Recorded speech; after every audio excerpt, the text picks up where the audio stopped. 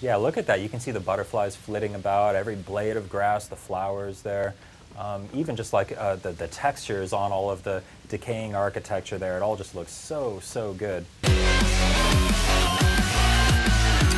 Welcome back to PlayStation Underground. What a privilege it is to be sitting here at Blue Point Games in Austin, Texas. I'm joined by Marco Thrush, the president of the company. Hi. Hey. And Peter Dalton, technical director on Shadow of the Colossus for PS4. Hello. Hey, thanks for being here, guys. Well, rather, thank you for letting us be here. This is quite a change for PlayStation Underground to be recording on location here. Super excited to be seeing Shadow of the Colossus.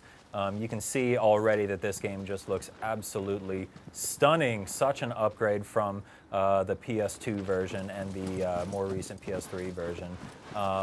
Marco, I'd like to start by talking to you just about the project and kind of how far the company has come. What's it like now working on this massive overhaul, this new version rebuilt from the ground up for PS4? It's a great opportunity. We're finally, over the different projects we've done over the years, finally grown to the point where we can finally take a project of this kind of scope on and actually do it justice. So it's really great. Cool. And I should mention that we have our pal Russell here sitting on the floor next to us. He can't be seen on the camera, but sorry, Randall. Yeah, Randall is here. He's playing the game for us. He's piloting. Whatever you call me is fine, just don't call me Shirley. Don't call you Shirley. Look, I've had one day to get everybody's name straight. I'm working on it. Randall is here, and he's driving. He is the producer on the project, and I got that right? Yeah, oh yeah. Okay, great. Nailed it. So yeah, and we had some great chats earlier. He's going to carry us forward to victory with no deaths, no stumbles whatsoever. I'm going to make this game look absolutely perfect, Flawless which it already gameplay. does. Peter, I'd like to talk a little bit about the technical side, and I think that you're a good person to talk about that. This game is quite an upgrade from the original PS2 version of Shadow of the Colossus. How did we get from there to here? You know, I think it's been a lot of fun, and when we had the opportunity to remaster the original for the PS3, it was much more of just bringing up textures and resolutions on a few things. And we've gone to the point now where we are basically remaking every single asset in the game.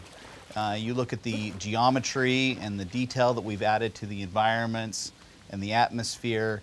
It's a completely re-envisioning. It's trying to stay true to the original remaster of the game. From character animations to the physics to the water simulations to the particle systems. Yeah, look at that. You can see the butterflies flitting about, every blade of grass, the flowers there. Even just like the textures on all of the decaying architecture there, it all just looks so, so good. See the waterfalls up there. Man, this looks incredible.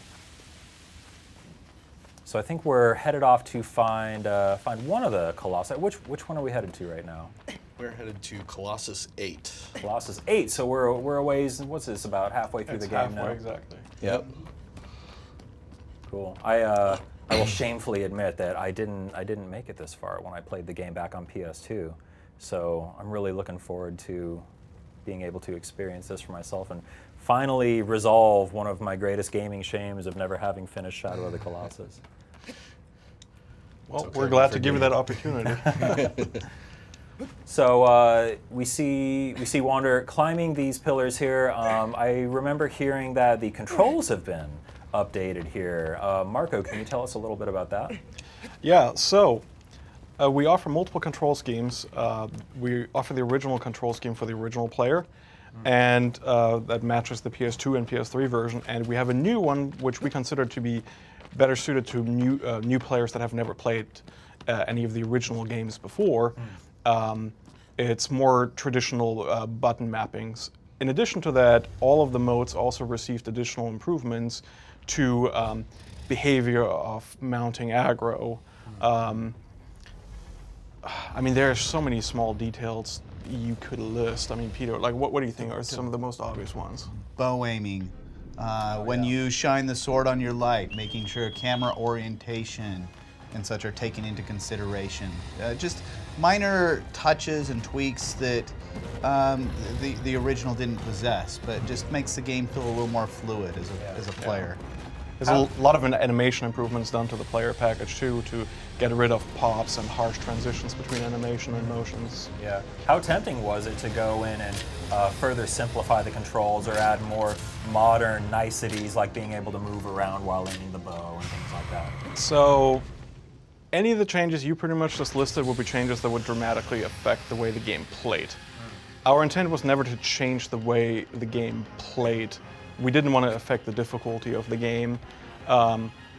Ideas such as removing a grip meter or allowing you to aim while move while aiming the bow, to us would have been like those were actually items specifically we discussed, but there were items that we discounted because they would just change the way you play the game too much, and we didn't want to affect original players of the game to that kind of degree. We wanted to maintain the original intent of the game. I think a great example is if you look at modern games these days, you can run and climb and grab onto walls and parkour with little thought, with just directional input on the joystick. One of the key aspects of this game is actually like holding R2 in order to hold and grip, and that sense of tension that brings. And to simplify and remove that would really lose an important essence of the original game. Yeah, absolutely. I mean, I'm sure that there are some out there who would call you blasphemers for changing the game at all, right? Where do you draw the line? It's pretty difficult. There's no way you can attempt a project of this scope and not make somebody unhappy. Sure. We're trying to do our best to minimize the people we do make unhappy by providing choices, like, for example, the classic mode for the controls. Well, I feel like this is going to make a lot of people very happy. Yes, I hope so, right? A lot of people seem to be happy about it already from what we've seen. The game was only just revealed at E3, I think it was, right? It was at E3, And we're already so close to seeing a final product here. Oof. It's okay, You got this. You got this. You're good. You're good. Oh man, I'm getting caught up in this Colossus battle. Oh my goodness. I love the way that the symbols on the Colossus light wander when he's on top of them. Yeah, it's the little touches. I mean, like the glowing legs themselves, they light up the environment too. Yeah, yeah. Oh wow. So that's the kind of stuff that you don't really like until you actually bring the game up on a PS4 and improve the quality of the graphics. A lot of those kind of details are things that just naturally are obvious that they're lacking. Sure. You play the game and it's like, man, it looks really weird that there's this bright glowing thing, but there's no light coming from it. Yeah, yeah. So there's a lot of small touches that were things we didn't actually originally even think about that you had to actually get to the point of the game looking to this level to be able to even realize the things that were missing. Yeah, well, I think that was even the reveal trailer at E3. That was maybe the most goosebump inducing moment, was that final shot of the panning camera around with him lit by the symbol, and then that final stab, and then the cut to black. Oh man, I'm getting goosebumps just thinking about it. So good, I'm getting tingly. Tell me a little bit more about some of the other technical improvements. Let's talk about the PS4 Pro features. We're actually playing this on PS4 Pro right now. We're seeing this game running at a 4K resolution. This is a cinematic mode, I believe it's called. This is our cinematic mode that we offer. We did a lot of evaluations looking at different 4K rendering techniques. Yeah.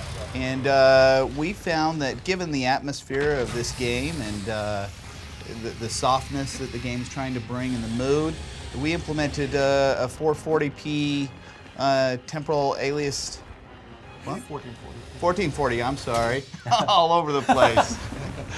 Temporal aliasing. Temporal aliasing, upsampling. And so that gives it a much nicer feel, and and really helps with the image quality at the end. Temporal aliasing. I feel like I heard that term thrown around when we were hearing about Ratchet and Clank. They used something similar, didn't Yeah. they? They did. Our technique for 4K rendering is very similar to the Ratchet and Clank method. Yeah. And it's a temporal super sampling is essentially what it is in this case. Well, it looks absolutely stunning. There's also a performance mode. What does that entail? So performance mode allows us to hit a targeted 60 FPS mode. Oh, okay. It allows you to have greater, it just feels a little bit smoother for the gaming purists that can appreciate an increased frame rate, can appreciate the extra motion fidelity and stuff that you get when you're battling the Colossi.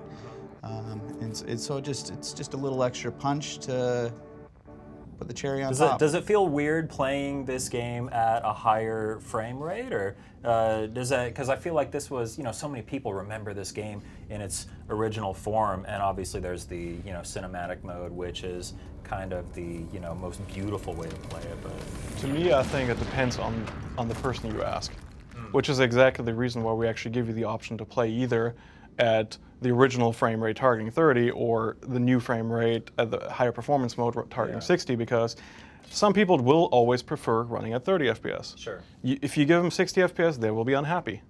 Then there's other people, you only give them 30 and they're 160. We give them the best of both worlds. Like, we have other options in the game for the exact same reason, being able to adjust the intensity of motion blur. Some people like motion blur, some people don't. So we always try to give people the choice. Cool. So how much bigger of a project is this than when you remastered the game for PS3? Lots of thinking happening here. It's a completely different exponential scale. Yeah. It's, the original project was done with 2 QA internal on our end. We had, majority of the team was programmers, and we had 1 artist touching up some textures. And this is on this just team completely rebuilt. It's completely rebuilt from scratch. Every single asset, high-res scopes created, normal maps baked down, PBR textures created. Man, yeah. So Animation, physics systems, Animations updated, Oh, wow. water sims, brand new particle systems created for every single particle effect. New particle systems added. Yeah, but obviously you want it to evoke the same feeling of the original game. You don't want it to feel different. You want it to feel the same, but better. Like, it's such a weird, fine line you guys have to walk. You want to take the original game and pretend that this team existed now, making this game for the PS4. Like, what would they have done? Yeah, yeah. I think at the same time when people play the original, that you have this nostalgia and you have these memories, and your mind is filled in the gaps. When you look at a PS2 game and you're playing it, just because they've got a flat plane, you assume that, well, this is where the grass area is. Oh, yeah. Here's the hillside, and your mind sort of pieces it together. With the level of fidelity of graphics that we're hitting today, you can't just assume the player will make it up or piece in the gaps by themselves. And now it's our ability to go through and actually expose that and actually bring it to life. Cool. So now we're wandering around the plains here. So we did see that was the 8th Colossus that we wrapped up there. I think that was, yeah. Nice work on that, Randall. Thank you very much. You're doing right this time. So yeah, that is Shadow of the Colossus on PS4, running on a PS4 Pro in the beautiful new cinematic mode. Marco, Randall, Peter, thank you guys so much for joining us. Is there anything else that you wanted to say to the fans leading up to the launch of Shadow of the Colossus? Go ahead. Go ahead. I hope you enjoy the blood and tears and sweat sweat we put into this game. We're huge fans of the game ourselves. We hope you appreciate what we try to do for you to maintain this game for the new generations. Awesome. Cool. Well, thank you guys so much. I'm so excited to play this for myself. Thank you for tuning into PlayStation Underground, and we'll see you next time.